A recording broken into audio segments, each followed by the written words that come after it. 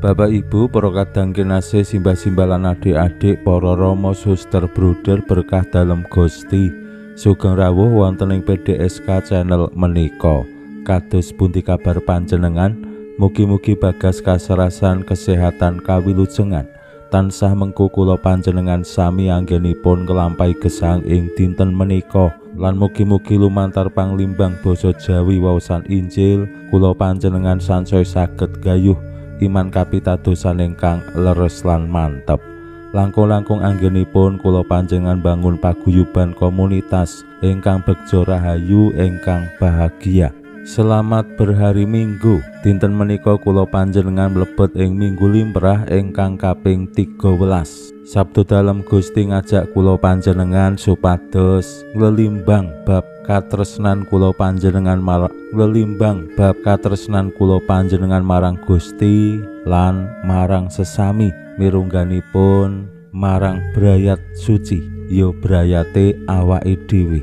Kados pundi katresnan marang brayat ampun ngantos ngalang-alangi anggenipun kula panjenengan tresna dumateng Gusti. Gusti Yesus ngersakake supados katresnanipun kula panjenengan jejering murid-murid dalem kudu nomor 1 tumraping Gusti, liya-liyane nomor 2, 3, 4 tekan 20. Ampun ngantos katresnan dumateng Gusti dikalahake katresnane awake dhewe marang suami utawi istri. Ampun ngantos katresnane awake dhewe jejering anak dikalahake ngalahake. Ampun ngantos katresnane awake dhewe jejering anak marang tiang sepuh ngalahake katresnane awake dhewe marang Gusti. Nah menika temtu yen sacara teori pemikiran gagasan gampang le memahami katresnan marang Gusti nomor 1 marang wong tuwa marang anak nomor 2 umpamane ngaten. Ning cacakane anggenipun nindakake menika boten gampil.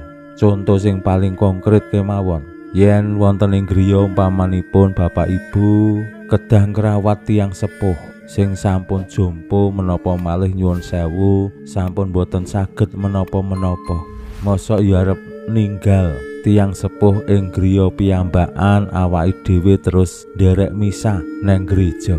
Mbok awake dhewe mbok menawa ya misa ning pikirane awake dhewe kan ora iso fokus merga ninggal wong tuwa nang omah dhewean, utawa umpamane tasih gadah anak sing balita menika asring kalampah terus mboten merga duwe anak cilik terus ora melu sembahyangan lingkungan, ora melu latihan kur. Mergane apa mengko anakku ndak malah ganggu.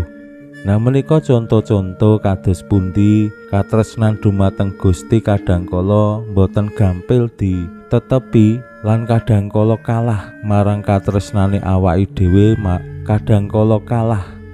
Nah menika contoh-contoh kados pundi katresnan marang Gusti kadangkala kalah marang maneka warni sing awake dhewe prangguli. Pramila monggo kita pirengaken sabda dalem Gusti ing dinten menika lan kita wiwiti kanthi sembahyang sawetawis. Konjo ing asma dalem Yang Rama saha Yang Putra tuwin Yang Roh Suci. Amin. Suawi sami munjuk Gusti Yesus sabda dalem Yang Rama ingkang sampun manjalma mugi karsa ngandika dhateng kawula wonten ing asepen ing telenging manah kawula kabikao kegiatan lan panglipur ingkang manjing ing sabda dalem kapenuwana kawula mawira ing kawicaksanan dalem. Mugi-mugi srana anggen kawula maos lan mirengaken sabda dalem kawula sansaya nunggil ing sampeyan dalem. Amin. Wawasan Injil kapetik saking Injil Matius bab 11 ayat 37 ngantos dumugi 51. Nalika samono Gusti Yesus ngandika marang para rasul mangkene, sing tresnane marang Bapa biyung ngungkuli tresnane marang Aku ora pantes nderek Aku. Samono uga sing tresnane marang Anak ngungkuli tresnane marang Aku ya ora pantes nderek Aku. Lan sing emoh nampa salibe ya ora pantes nderek Aku. Sing eman uripe bakal kelangan, lan sing kelangan urip karana Aku bakal nampa. Sing nampa kowe ya nampa Aku, lan sing nampa Aku ya nampa panjenengane kang ngutus Aku. Sing nampa nabi marga anggone dadi nabi bakal nampa ganjaraning nabi, lan sing nampa wong utama marga anggone utama bakal nampa ganjaraning wong utama. Lan sing sapa aweh banyu secangkir wae marang sembarang muridku ora bakal kelangan ganjaran. Mangkono janjiku. Makaten sabda dalem Gusti. Suwawi sami munjuk, Gusti kawula munjuk sembah nuwun karana sabda dalem dadosa obor ingkang madangi margining gesang kawula. Katuntuna kawula sageta sabda dalem menika numusi manah ngantos tansah ngrembaka kangge nggayuh gesang ing suwarga. Amin. Bapak Ibu para kadang kinasih simbah-simbah lan adik-adik, Gusti Yesus paring pitedah dumateng para murid dalem ingkang kula kinten cekak aos lan cetha kados pundi anggenipun dados penderek-penderek dalem sing sayektos tumraping keluarga, mbuh kuwi tiyang sepuh menapa dene anak. Kula panjenengan dikersakake anggenipun tresnani Gusti kedah langkung unggul tinimbang katresnan kula panjenengan marang tiyang sepuh menapa dene marang anak. Supados menapa kula panjenengan dipreksani pantes nderek Gusti.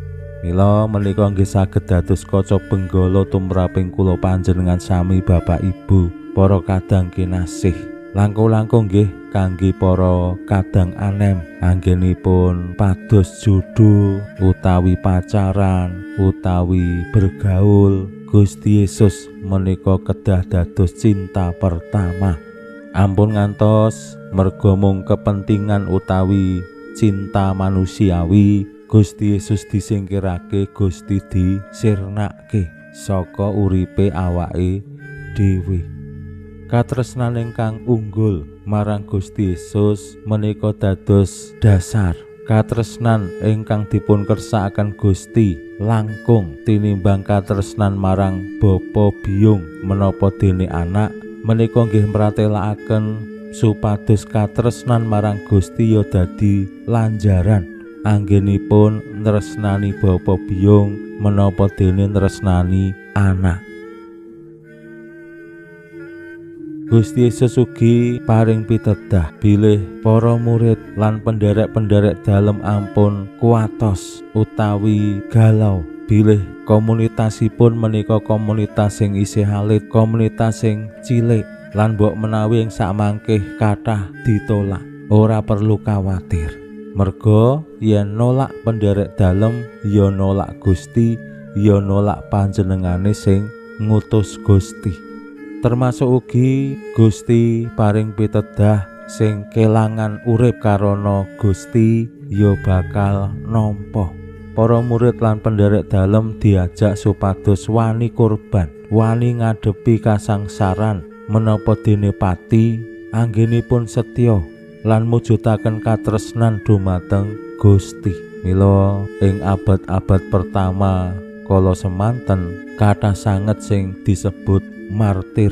Injih menika pribadi-pribadi murid dalem Gusti ingkang tresna estu dumateng Gusti lan nglabui Gusti kanthi pati, ora gelem mblenjani, ora gelem ngingkari.